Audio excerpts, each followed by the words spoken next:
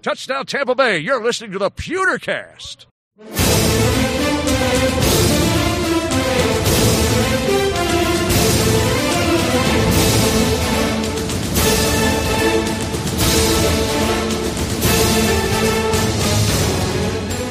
Welcome to the Pewtercast. This is our Final Thoughts episode. Bucs versus Panthers, second division game of the year. Buccaneers taking down the Panthers 24-17. I am Brent Allen, your host. Joining me, as always, is Ren the Man Daxed. Ren, how's it going, buddy? I'm juiced. I feel like I could shoot electricity from my fingers. I am Captain Marvel. I haven't seen that trailer but yet. uglier and no mammary glands. You are and not as quite as powerful. No offense to you, you are definitely not as pretty as Captain Marvel. She is something. But the reason I say that is because we just finished up a fantastic, and I really mean this, like without stretching the word at all, fantastic conversation with Rick Stroud from the Tampa Bay Times and the Sports Day Tampa Bay podcast. And you know, we told him about 20 minutes. We ended up going 40. Yep. And, you know, with Rick, and I was hoping it would go this way, but with Rick, you just go, Dirk Koetter, and boom, he's off. Right. And he covers everything. And it was a lot of fun. He gives us an exclusive. Yep. You know, his opinion on something, you have to listen, but his opinion on something, and it makes a lot of sense. And I mean, we covered it all. We covered Koetter, we covered Jameis, you know, we Desean, covered Jason Licht, the Visor, everything, Desean, you know, Brent Grimes, everything that the Buccaneers community, us fans are talking about there on social media. We hit it, and you know, he nailed it. Mm-hmm. All the way through. And he certainly gave us some insight and perspective, I think, that we don't have. So, as Ren just referenced, that interview took a lot longer than what our normal interviews are. So we're going to switch things around from the way our normal schedule would work for our Final Thoughts episode. And what's going to happen is the first half of this week's episode is going to be just the interview with Rick Stroud. And then we're going to come back, you know, a couple days later, we'll put out the second half, and that's where we're going to give our final thoughts on the game. And then that's where we'll also get to some of the emails from our fellow fans as well. So make sure you're on the lookout for that. They'll come out real shortly, you know, together within just a couple days of each other. So that is coming your way on this week's episode of the Pewtercast.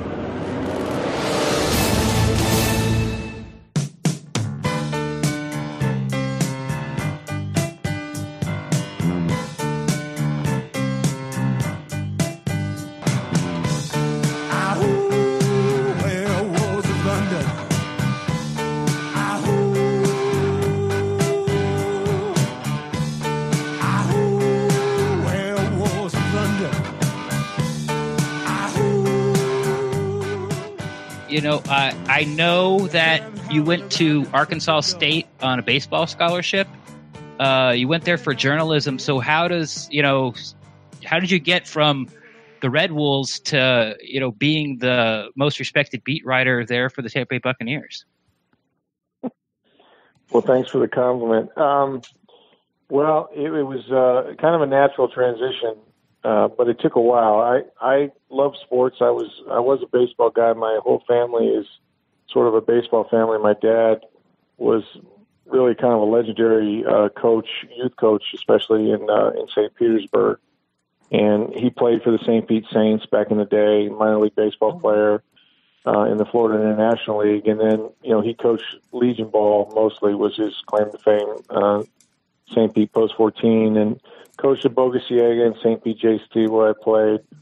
And, you know, it was an opportunity to go to college. I mean, I got a Division I scholarship, and my parents didn't have the kind of money to send me to college. And so I was able to get 4 years playing baseball, and I love to write. I love sports, and I thought it was a sort of a perfect marriage to be able to write about sports. And I was my, college sports editor at a newspaper there at Arkansas State. And when I came home after I graduated, there really wasn't many jobs nationally. I didn't want to live in Arkansas. I probably could have worked there. But we had a great newspaper. I mean, the St. Petersburg Times at that time, and it later changed to the Tampa Bay Times, was, renowned nationally. And it was sort of like very few people start there. You usually have to go work many places before you get there. And so I started stringing, covering Little League and high schools and spring training, and got a job at a bureau in Clearwater, and then worked my way up. And I went to Pasco as a sports editor, and was in the bureaus for like 6 years until I got an opportunity to come down to St. Pete and cover the University of Florida. And I did that for a couple of years, and it was very eventful. And we wrote stories that both programs wound up getting on probation, both the basketball and the football team. And then I got an opportunity to cover the Bucs. And I wasn't a football guy, so to speak, but this was the most, followed beat in sports.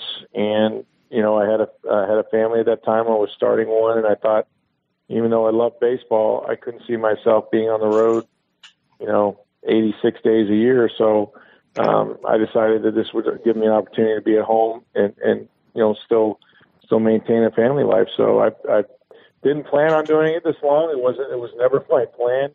But sometimes when it's not broke, they don't want to fix it. So that's sort of how I've managed to do it as long as I have. Well, and not to sort of heap on the accolades more, I think the Tampa Bay sports fan community is lucky for it, to be perfectly honest. So let's get into our Bucs talk. The reason you're here, lots been going on. I guess sort of the hot topic right now, and Brent and I, who will have a question in a second, I'm sure. I forgot to introduce. Sorry, Brent. We're big followers of your pod, Sports Day Tampa Bay, and we have been saying for a couple of weeks now about the return of Dirk Koetter. And you can explain it because the defense isn't, he doesn't coach the defense, and you got a top 10 scoring offense, number one offense in yards, and you can look at even to our division, even a couple years ago with the Atlanta Falcons, who switched coordinators because Kyle Shanahan went on to coach the 49ers, and they just don't put up the same points. Same core offense, same quarterback, receivers, maybe even upgraded there, real solid tight end, same running backs, but they just don't do what they used to just because change of offensive coordinator. And I know that you've sort of been fiddling with the idea that Dirk Koetter deserves to come back. Can you go ahead and talk about that for us? Well, I mean, I don't know that I've said he deserves to come back. I would say this, that from an offensive standpoint, he's as good as there is in the league. And, I think he's a very astute play caller, and I know he's not calling plays. This is his offense. He turned it over to Todd Monken. We know he took it back one game, and they lost to the Redskins and scored 3 points. He had 500 yards that day. But, look, he knows offense, and it's become an offensive league, right? I mean, with the rule changes, you look at, the top teams in the NFL, and for the most part, the top teams have top 5, top 10 offenses.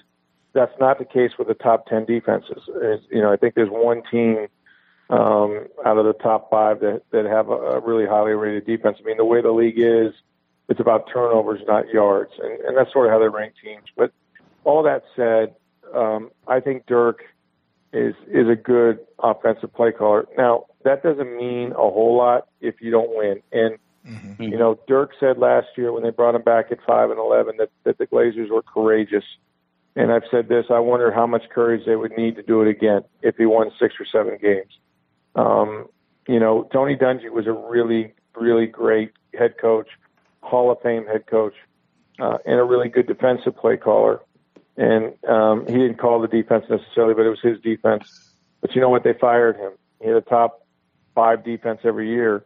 But he couldn't win the big one. He couldn't get over the hump. So, it's a different job being a head coach. And so I don't know what's going to happen to Dirk Koetter. I think the record is going to probably tell the tale. And I've always said this, have the press conference and then, stand up there if you're the Glazers and tell me why he's coming back and then try to sell that because this is a business. It's not show friends, it's show business. So, They had the lowest crowd in 8 years. They're giving away tickets, free tickets to some of their season pass holders just to fill the building. So all those things matter at some level.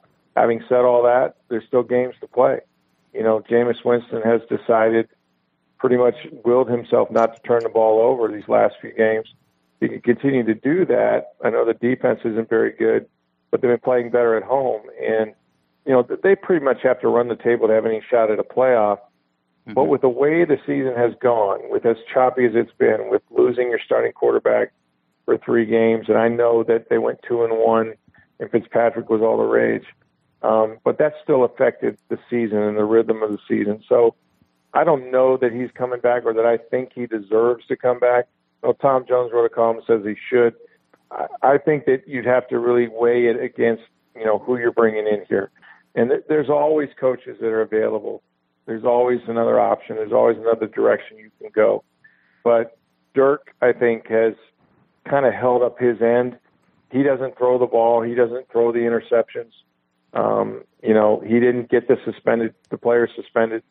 I mean, all those are factors, and he'll have to make his own argument. But I think the Glazers will give it, great weight and then make a decision.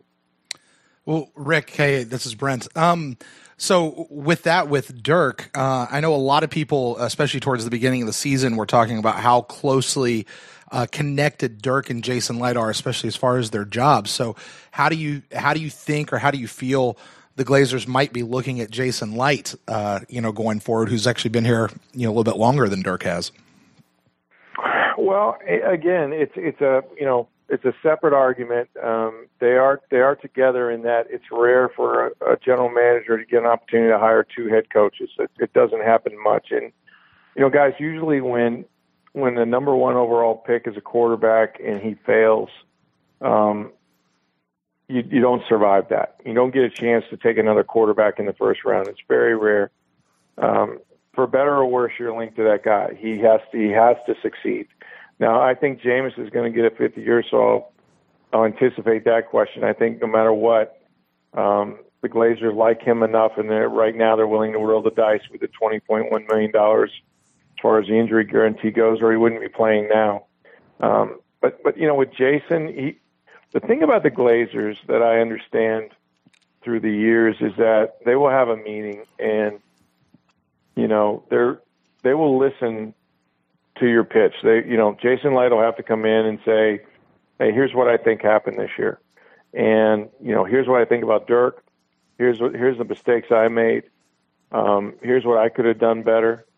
And but at the end of the day, it is a bottom line business, right? And right now, they're not in the cellar of the NFC South. That belongs to the Atlanta Falcons. But Jason has been here. This is his 5th year. They've had 1 winning season. They've not made the playoffs, and potentially they could finish last in the NFC South 4 out of 5 years. So those are all things that you have to weigh if you're the Glazers. I would also weigh the fact that he has a talented football team on one side of the ball, and he did everything I think he could to make up for building it that way, which I think is still primarily the right way to build it in this day and age. On the offensive side, but they neglected the defense. But I think he went out and made the deal for JPP and Vinny Curry and Bo Allen, and they found Carl Nassib, and there's some pieces there. You can't do anything about injuries, but they have some young players in the defensive backfield that are going to be good players. So you have to look at all of that and kind of say, okay, where is this team? Are they getting better? Are we developing guys? Is Jason and his staff, because it's about his scouting department, are they the right guys?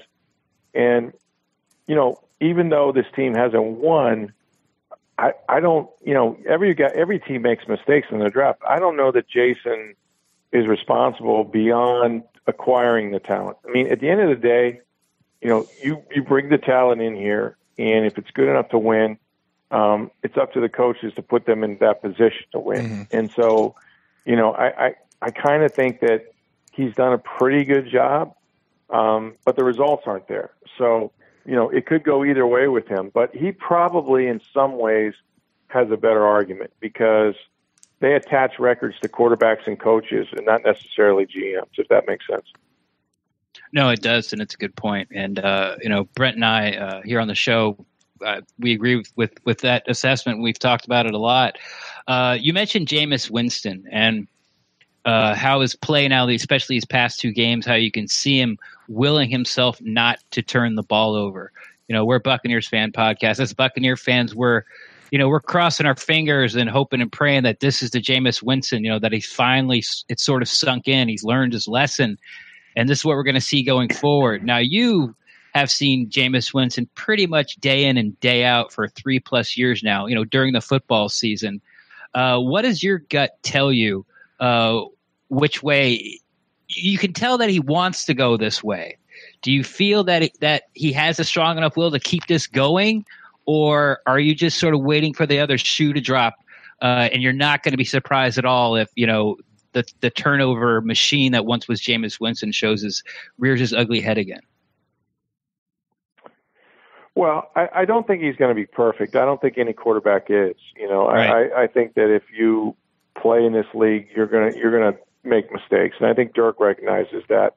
The thing about it is that if you really look at Jameis Winston and his entire being, from the time he was 8 years old, 10 years old, he's never been a guy that they weren't going to play. Okay.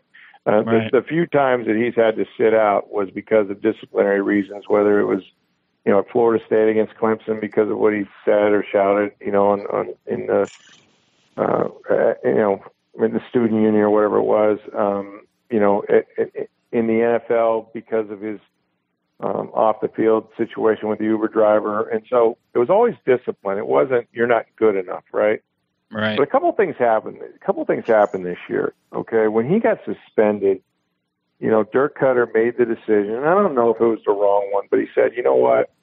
This guy's put us in a horrible position, and we have to find a way to play 3, maybe 4 games without him. So what we're going to do is we're going to get Ryan Fitzpatrick ready to play as the number 1 quarterback. He's taken the number 1 reps in training camp. He's going to take the number 1 reps in the preseason. Well, Jameis can get in where he fits in. He's going to, Jameis threw to Justin Watson and Freddie Martino. Now they both had great, pre-seasons, right? But this was about, hey, you take a step back, you lead from behind. We're going to get this guy ready to play. And so what happened? Jameis had to leave the building, and it's cool that he organized workouts and threw with dudes, at a youth football stadium, whatever. That's all commendable, but it's not it's not practice. It's not the NFL. So He loses the momentum of a preseason, and then Fitzpatrick goes out there and slays it.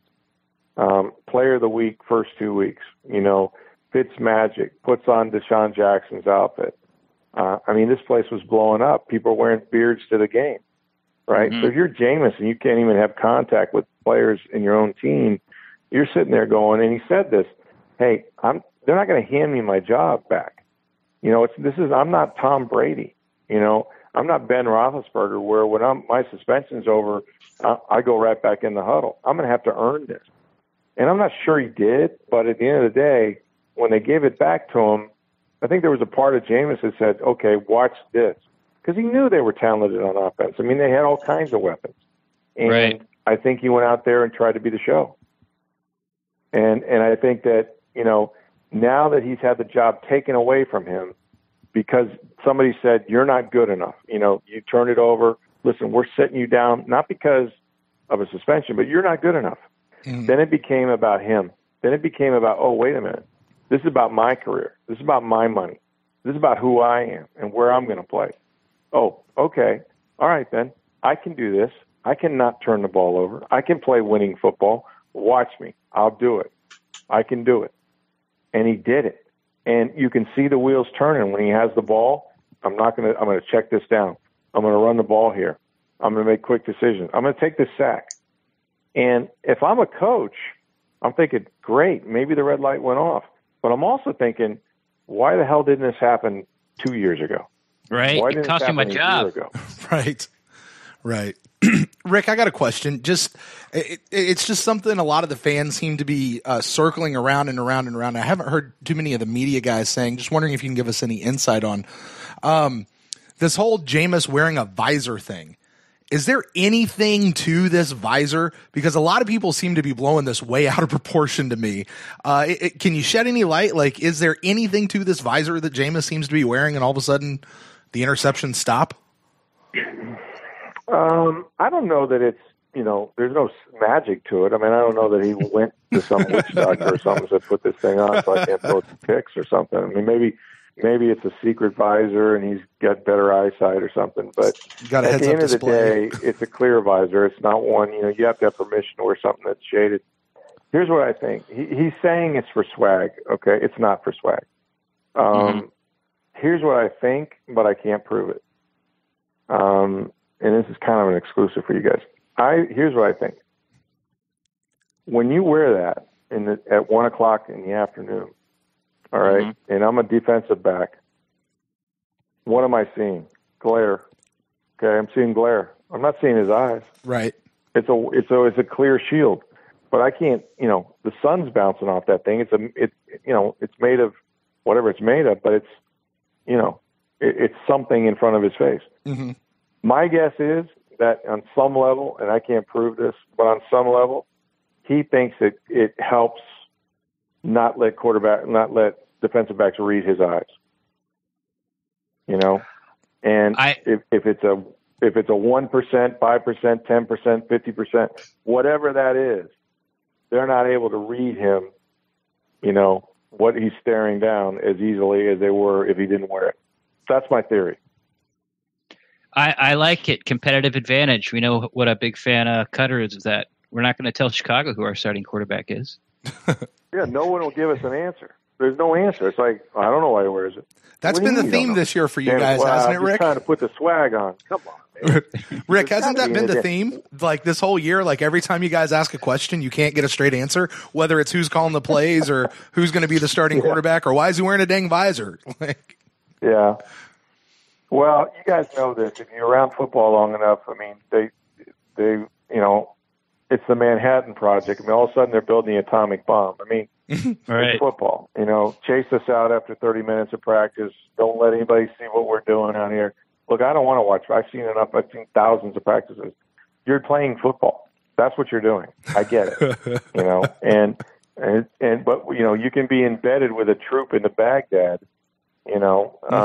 But don't stay more than 30 minutes of stretching. It's kind of crazy, but that's the way the pro football is. Yeah, I've got a little story to tell you, and then I got one more question, and then maybe a silly one later, and we'll let you get out of here. And once again, I really appreciate your time. We were really excited to have you on. To be honest, you were sort of our white unicorn of all the guests that we've had on. Come on, stop it! You gotta stop with the compliments now. Yeah, well, here comes another one. On your podcast, Sports Day Tampa Bay, Brent and I actually had, we were fortunate enough to get media credentials for 2 days last training camp. And for some reason, those are 2 days that you weren't there.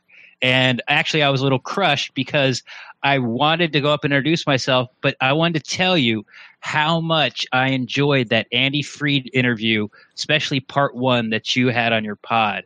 Can that guy spin a yarn or what? It's funny, and you probably didn't experience this now with me, and I didn't mean to do this, but like you ask Andy one question and he goes for 20 minutes. That was not my intent tonight. But I would just say that he is a great storyteller. It's an amazing story when you talk about a guy who grew up in Baltimore, and his first game with his dad was at Camden Yards, I think it was, and he was walking through the stadium and hearing the PA, hearing the radio broadcast, and was mesmerized by it, and knew almost immediately at, I don't know, what was he, 9 years old, that he wanted to be a radio play-by-play guy. I mean, that's pinch me stuff, But yeah, it was a great interview, and it really, that's what we would prefer to do. We'd like to turn this into more. John Lynch was terrific. Jason Licht. We've had a lot of long long-form interviews. And that's really what I think, as you guys go forward with this podcast, I really think that that's what this sort of medium is about, more so than just rehashing what happened. Now, I have a different responsibility with the paper, obviously, because it is Sports Day Tampa Bay, so we try to gear it towards what's happening. But I think that's what's great about podcasts is that you can go a little deeper than you can with radio and without interruption and without that sort of thing. Yeah, Rick, that's what I tell anyone who contacts us and asks us advice about starting a new podcast. My advice is just do something different than what everybody else is doing. You've got 18 podcasts out there that give you a recap of the game. We don't need another one that gives us a recap of the game. That's right. That's right. Yeah, get some insight, get some interviews, get something that other people don't have for sure. Right. Well, digging a little deeper, last serious Bucs question from me. After this game and how well the defense played, and even though the offense didn't do a lot in the second half, a lot of people, and I believe I heard yourself included, think that Peyton Barber was an actual touchdown. So you could say they scored 31 points instead of 24. A lot of fans are talking about addition by subtraction with Desean Jackson and Brent Grimes. It's a little too early, I guess, to fall on one side or that. But, what's your feeling there? As Desean Jackson played his last game, and is it just with the way that Grimes plays the run, are we better off with just someone who's willing to stick their nose in there a little more? Wow, that's a really good question. Let's take them individually. Brent Grimes has been a tremendous player in this league. Freakish athletic ability. Doesn't seem as willing in the past as he's been. He's never been known as a great tackler necessarily, but is playing like a guy who's in his last year and knows it. Like, I don't even know. I'll be honest with you. I don't know how committed Brent Grimes was to playing this year. I don't know if he got talked into it, but almost from the get-go, it just didn't seem like his heart was in it. Mm-hmm. And I'm not saying he's out there jaking it. I'm not, look, you can't.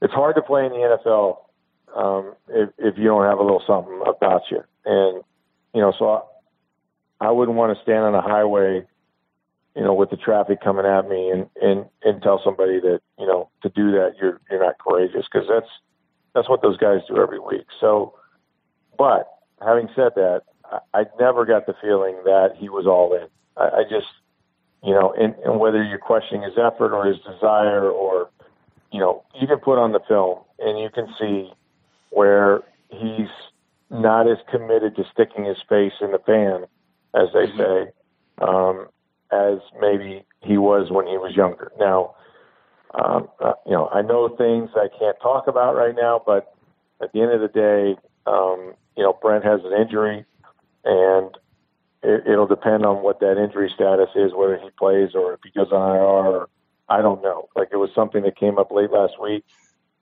So, generally players play better if they practice. If he's not going to practice, then they would be better off with a player that's out there every day preparing for New Orleans and ready to go. With Desean, look, I've known Desean since he came out at Cal. My wife media trained him for the combine. I mean, we go way back, and I like Desean a lot. I have a personal relationship with him and his family. Knew his dad, Bill, before he died. This guy is a freak of nature. I mean, he is 5 foot, 10, 9, 100. Yeah. He weighed 169 pounds at the combine. One of the toughest guys, pound per pound, you will find in the NFL. You don't play 11 seasons at age 30, now 2, and at that size without being one tough guy. So I will never question his heart. You don't step out on the football field. He has swag. He has unbelievable speed for a guy who's 32. He works with track coaches to maintain it. That's why he doesn't, isn't at every OTA, but he feels like his calling card is his speed. When that's gone, he's gone. And very few players ever play 11 seasons at that position. and I think he'll play 12. Having said all that, he got off to a tremendous start. I mean, the guy's averaging almost 19 yards a catch, for God's sakes. And he will go down in the NFL as one of the biggest big play receivers of all time in terms of yards per catch, just explosive plays. But Jameis Winston cannot get this guy the football, period. Yeah. And, it was a noble effort to get him because they wanted explosive plays. And they got it when Fitzpatrick was quarterbacking. But I don't think Desean trusts Jameis Winston anymore. I don't think he thinks he can give him the ball. Right. Now, he played a couple weeks ago, with the sprained thumb. They targeted him 8 times. He caught 3 balls. The other 5 times, Koetter sat down with Jameis and Desean, and he told us Desean won all 8 routes. We could not get him the ball. Okay? So that's kind of been the way it's been all year. And, the next week, he didn't re-injure the hand, but the next week he came out last week prior to this last game against Carolina, and he was at practice, but he never caught a ball. He had a soft or hard cast, depending on your viewpoint. But he ran around, and then they made him inactive. Now, if that thing is sore and just, bothering him, that's one thing. If he doesn't want to play, that's another thing. I don't know what it is. He has an injury. You don't want to tell a guy that, he doesn't want to play, or he's, wants to go on IR, or he's, he feels like the season's over and he doesn't trust quarterback. Because we all know this, right? I mean, I don't think this is a mystery. Desean Jackson won't be on this team next year. Right. He's asked for a trade. The money's not guaranteed. It's $10 million. And I think Jameis Winston is going to be the quarterback. At least he'll be one of them. And so I don't see how this works now. Whether I don't know that Jason Licht's going to make the decision, or Dirk Koetter, or the ownership. But I don't think this is going forward. We're down to 4 games. So if he's going to be a free agent and wants to go to some contending team and make $10 or $12 million, how bad does he want to play on Sunday against New Orleans? I don't know the answer to that. And I'm not saying he's right or wrong, but these are all things that are floating around at One Buck Place that, we'll know Wednesday, we'll know Thursday, we'll know Friday, and we'll damn sure know Sunday. But Chris Godwin, on the other hand, big target. Every time he steps in, he has 100 yards. It just seems like, okay, Deshaun's out, you're in, 100 yards. I mean, Jameis needs a big target. He's not a strike thrower. He needs big guys with, big range of catch. And, so I think that, look, when you sign a guy like that, who's a rare talent, you want to give him the ball, it puts pressure on the quarterback, puts pressure on the play caller, puts pressure on Desean. And it just, for whatever reason, it hasn't worked. And I don't think anyone's to blame, but everyone's to blame. It just really hasn't clicked. And we're down to 4 weeks, and we'll see if he's all in with this team or not. I mean, and again, if he's hurt, he's hurt. But I don't think the injury is that significantly different than it was when he played against San Francisco. I could be wrong. I don't know. Yeah, it's becoming Fisher or cut bait time with Desean Jackson. Everything you said is absolutely true, and thanks for the insight. I didn't know that. I've heard you talk about your wife a little bit, on back on the 620 days and on your pod, but I didn't know she was, like a media. What did you call it? Media ready for the combine? Well, no, she media trained him she works for Eddie DeBartolo, and they had a sports agency at one time, and Desean was one of their early draft classes. They're not in that business anymore with their agents, but he was part of their class, and these guys work out before the combine, and I think they had him up in Pensacola with Mel Bratton and some other people, and was training them. And part of their overall combine training is to media train, because and not just media train, but also prepare for the interviews. How are you going to answer this question when this GM asks you this about your career? And so, that was sort of her job. And I mean, she's a vice president of marketing for DeBartolo Holdings, but we've known him. The point is, we've known him. I sat in his hotel room the night before, the combine, and they were hoping he could weigh 170, because if he did, he probably would have gone in the first round. And the guy came in at 160 something, and drank water all night trying to gain weight. So, I think if they had a draft over again, he certainly would have gone in the first round. But he didn't, and he's had a remarkable career. I have all kinds of respect for Desean. I mean, I just do. I think he does neat things in the community. He's had an unbelievable career. We know what happened in Philadelphia and some of the things that were said about him. I mean, this is a kid from Long Beach, even before that, South Central LA, and he's, if you ever get a chance to watch the making of a dad's dream or superstar or whatever that was, where his brother Byron basically filmed him almost from cradle to the NFL, and how William made him an NFL player. I mean, it's very much sort of on par almost with the Williams sisters and Richard Williams, what he did with Serena and Venus. So it's interesting. So I have a ton of respect for him. I like him as a person. I just think at this point, it's going to end in divorce. And so, I don't know how the Bucs feel about it, but I would think that these next 4 weeks will be interesting if he's able to get out there and play. All right, a last one, silly one, and as soon as you answer this, please roll right into where people can find you, talk about the Times and talk about your podcast, and then we'll let you go. I think I told you 20 minutes, and we're pushing 30. So once again, thank you very much. That's okay. In the media room, like I said, Brent and I have been there a couple times. It was another sort of like a little pinch me moment for us, and it was a little different than you think of in your mind. It was very quiet and everyone's doing their work and you're a little disappointed. I was looking for the leather chairs and the cigars and the brandy and sort of doing what we're doing here, just sort of sitting in the corner, talking sports. How come there's not a fantasy football media room league, and who would win it? You mean among writers? Is that what you're saying? Yeah. Like in that room? Yeah. How come there's no one? I don't know. I guess because no one's proposed it. Okay. For me personally, I just don't have the time. I mean, I have a lot of numbers, and one of the numbers is 3. That's the number of kids I have, and 4 is the number of jobs I do, and I just don't have time. I mean, I would be the worst fantasy owner ever because my guys would be hurt, not playing on a bye week. I couldn't keep up with it. It's so much to keep up with from what I do and the number of stories we write. And you know how it is these days. I mean, it's literally your deadline is the next minute, right? You're judged on who got the story 10 seconds before the other guy. So it's just too much. And I don't know how the other guys feel about it. I mean, our girls, but I mean, maybe they would be interested. It's just a great question. If somebody said, hey, we're going to have a contest, we'll have fantasy leagues. The weird thing would be, though, like, I don't want to pick a Bucs player because, the perception would be if, Mike Evans has 1 catch for 9 yards, that I'm mad at him because he didn't have my fantasy team.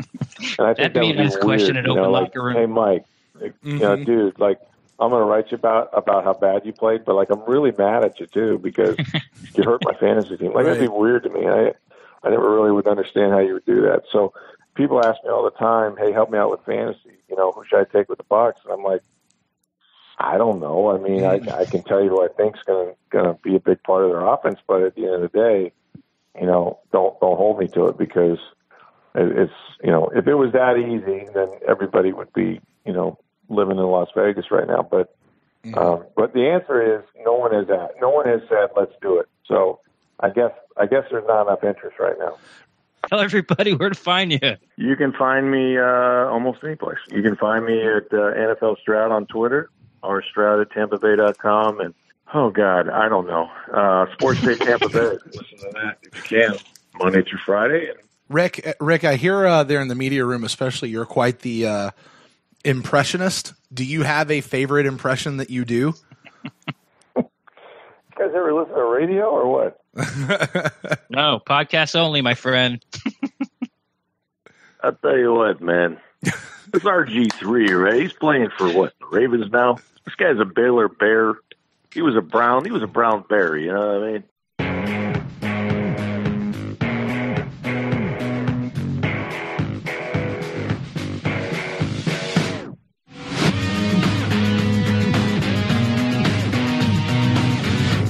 All right, well, that was Rick Stroud of the Tampa Bay Times and the Sports Day Tampa Bay podcast. Ren, what a conversation that was, my friend. Right? Wow. It's so much fun. We've had, him on and Versnick on, and, it's the same way with Greg Allman and, the guys from the Pewter Report. And now I think about the list is getting longer, like Scott Smith from the Buccaneers. It's just one of those Carmen things Vitale where came by as well. Yeah.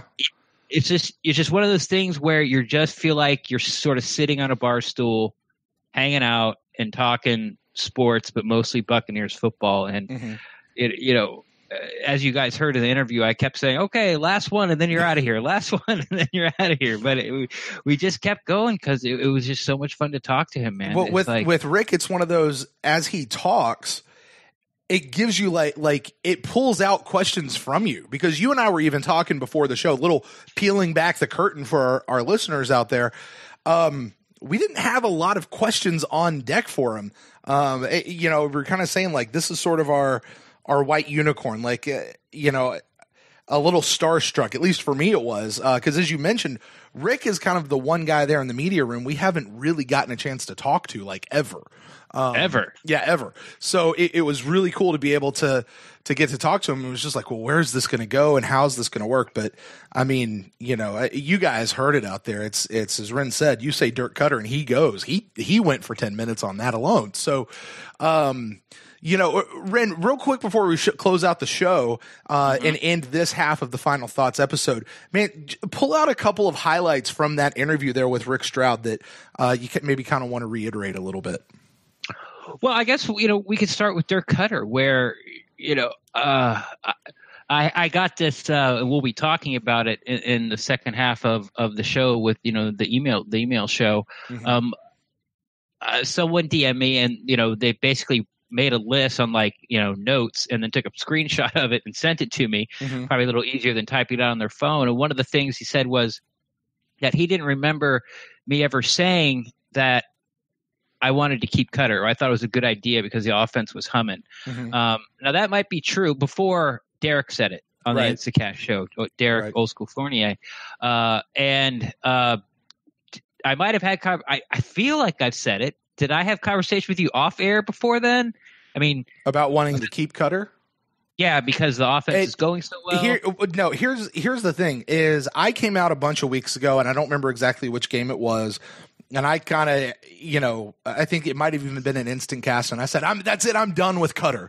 I'm out. I'm done. You never really said, I'm done with Koetter. You never really said, I want Koetter fired. You did say, I think Koetter will be fired. I think you did, maybe not that specifically, but if particularly if the season goes as the way it's going to go, I don't think you ever really came out and fully just said, I want Koetter gone. That sounds right. That sounds like, I know I didn't, and I was keeping in the back of my mind because of sort of this conversation that's going on now, and maybe I never did say it out loud, but that's the reason why I said I want Koetter gone, because the offense is humming. Like, it's not, the defense isn't his fault, and he's made it very clear that he has nothing to do with the defense. Now, if you're out there and you think that's absurd as a head coach of a football team and you want him fired for that, that's a different conversation. Right.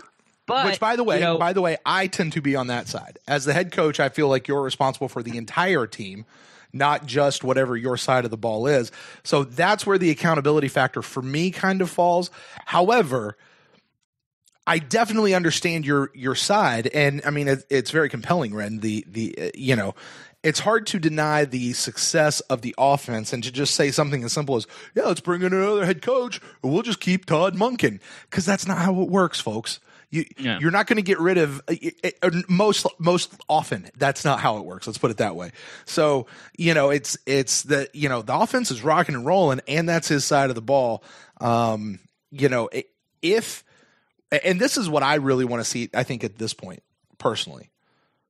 Get a good defensive coordinator. Maybe it's Duffner. Maybe it's somebody else. I don't know. Let's add. It seems like we've got a pretty good kicker now. If we get this defense thing worked out, which maybe we have, let's see what this team could really do down this back half of the season. So but anyway, I'm sorry. I usurped that. You're talking about somebody saying you've never really said you wanted Dirk Koetter gone. Yeah. And that's, like I said, that sounds more like it, but I accidentally used the word deserves to, when I went through the question to Rick. Yeah. He's like, well, I didn't necessarily say that. And he's right. He hasn't. But, I think this idea of, hey, now that we see that Mike Smith's gone, and even though the Buccaneers, it's before the Carolina game, it was really sort of a question of competition. The defense is doing better. Okay, but you played a really beat up Washington Redskins team. Mm-hmm. And then you played a really beat up, at least far as offensive weapons, 49ers team. Mm-hmm. And then you played the Giants, who, by the way, put up 35 on you, I think, or 38. Yeah. So how good are you? And this was a litmus test for the defense, and they showed up and they showed out. So if the defense can just be a top 25 defense with this offense, we're going to win a lot of games, and it's a playoff team. And are you willing to throw that offensive away? Because I used the example when I was talking to Rick with the Atlanta Falcons. They had Kyle Shanahan. They're blowing people out of the building. Went to the Super Bowl, had a 28-3 lead in the third quarter in the Super Bowl. Mm-hmm. And then Kyle Shanahan goes to be the head coach of the 49ers. In the past 2 years, the Falcons aren't the Falcons anymore. Right. Now they're in the basement of the NFC South, and they have a really good play caller. Steve Sarkisian, I believe it is. And he's a very respected play caller. Same core guys, same quarterback, same tight end, same two running backs. Julio Jones is still there. Mohamed Sanu is still there. And their third wide receiver, Calvin Ridley, is a major upgrade. So you can say their offense is even better than it was when Shanahan was there, and they're just not doing the same thing. Why? Because it's a change. It's someone else's philosophy. Right. And if the defense can just be halfway competent, which they have these past few weeks, I'm just like, don't mess with it. It's an offensive league. We need to score points. We have an offense that can score points. Yeah, I'm going to challenge you a little bit on what you just said there, Ren. Sure. This defense has not been halfway competent in the last few weeks. This defense has been turned on for these. They've been more than halfway competent. I mean, they're in the top, 3 teams for, what are those defensive markers you use? Sacks, top 3 teams for points allowed, conversion. Top 3 teams. I mean, for turnovers, I think now, which is crazy considering the fact that we hadn't had one since week 2 of the season. Week 3, whatever it is. I mean, it was a while. We didn't even have one. And I'm not just talking interception. I'm talking turnovers, period. So, man, that's the most compelling thing for me personally. And, I know a lot of Bucs fans are still, there are fans that are just out, and there are commentators that are still out. And, you read some of these national media people who don't follow the Bucs like you and I do, like our listeners do, like Rick Stroud does, who aren't aware. It's just these guys that talk and aren't aware. I saw a mock draft come out today, and I hate mock drafts, but I still look at them just to see who they have the Bucs taking. They have the Bucs taking a quarterback, and I think it was the guy out of Ohio State. And they said something like, because Jameis Winston isn't going to be there next year. And I'm like, you released this today. You obviously have zero clue what's happening in Tampa Bay. You cannot definitively say Jameis Winston's not going to be here next year at all. I mean, at all. So, in fact, I'd say the likelihood of Jameis Winston being here next year, what's fair? 95%? Oh, I think, if the season ended today, I think it's 100%. I think it's 110%. Now, if he, 2 or 3 of these last 4 games, he turns back into Cincinnati Bengals Jameis, then it's a different conversation. I still think he comes back, but his odds of having competition in camp greatly increase. We call that no visor Jameis. That's no visor Jameis. Which was another thing. I loved his great, take. Wasn't it? I loved his take, and that was really cool of him to give it to us. Yeah. And I'm sure probably the next Sports Day Tampa Bay pod, it's going to be on there as well. But it was really nice of him to give it to us, and I thought it made a lot of sense, man. Yeah. The inability for cornerback, safeties, linebackers to have the best look at his eyes. He's using the visor or glare, to mask where he's looking on the football field. Yeah, it's one of those things. I think I've had that thought. Not that that's why he would be wearing the visor, but just that would be an added benefit of wearing the visor, that the other guys couldn't see his eyes as well. But that's why you say it, Brent. I just got. No, you're right. But like I've had the thought of that would be an extra. Not that that's the why, and it makes all the sense in the world to me. Because honestly, I was just going, maybe it's prescription, maybe it's whatever. I don't know. I think people have made too much of a deal out of it. But when Rick said that, what I was immediately thinking of, and Ren, you and I are Star Trek fans, Spock. I think he used to say something to the effect of, oftentimes the simplest answer is the correct one. And I think this is that kind of it's the simplest answer. It's not swag. It's not some prescription thing. It doesn't have a heads up display, Google Glass, giving them a Madden, shoot of like where things are going. It's none of that. It's just, it creates a glare and they can't see his eyes, period.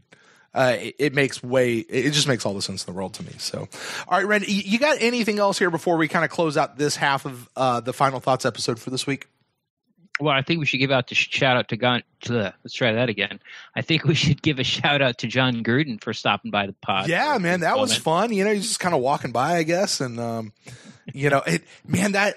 impression's uncanny, isn't it?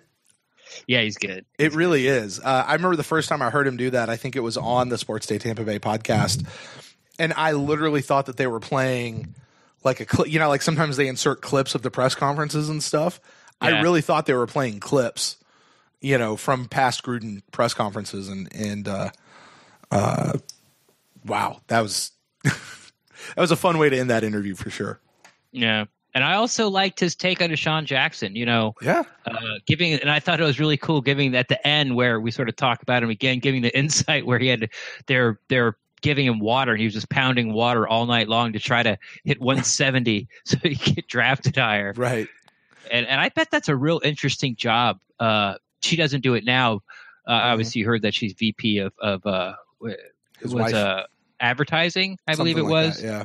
For the DeBartolo Foundation or DeBartolo Company. But right. That's for people who don't know, DeBartolo, that's former owner of the 49ers, right? Correct. Yeah. Yes. And they do something else now. I'm not entirely sure what it is they're doing now, but yeah. Yeah, I bet that's an interesting job, like prepping people for tough questions. It's like being a lawyer, but not such high stakes. Right. So don't say this. You'll make an idiot out of yourself. I know some people who could use maybe Mrs. Stroud's services right now. So yeah, both of us. Right. Oh, where was she in my life? Not just like a week ago. Anyway. All right, Rick. I know. Now you got a contact. Yeah. Hey, Rick, can I have your wife's number? It's nothing nefarious, I promise. It's just, I'm about to say something really stupid. And right. I might have actually said something stupid. But I want to say it. But I'm going to say it, so I need the best way to say it. Right. All right, Ren. We're going to go ahead and close out this half of the episode. We'll be back. Guys, I'm telling you, it's just going to be a day or two. And we'll be back with our final thoughts on the Panthers versus Buccaneers game. We'll also get to some emails in that half of the episode as well. Looking forward to that. So, Ren, as we get out here for this particular half of this episode, tell the people out there where they can find you on the internet. Best way and easiest way is to find me on Twitter at RenDax, REN_DAXT. I'm always down to talk Buccaneers football. And if you don't want to put your question out there on Twitter, blast it out there, feel free to DM me. My DMs are always open, and we'll talk Buccaneers football that way too. And if you'd like to get a hold of me, you can find me at Brent Allen Live across all the social medias.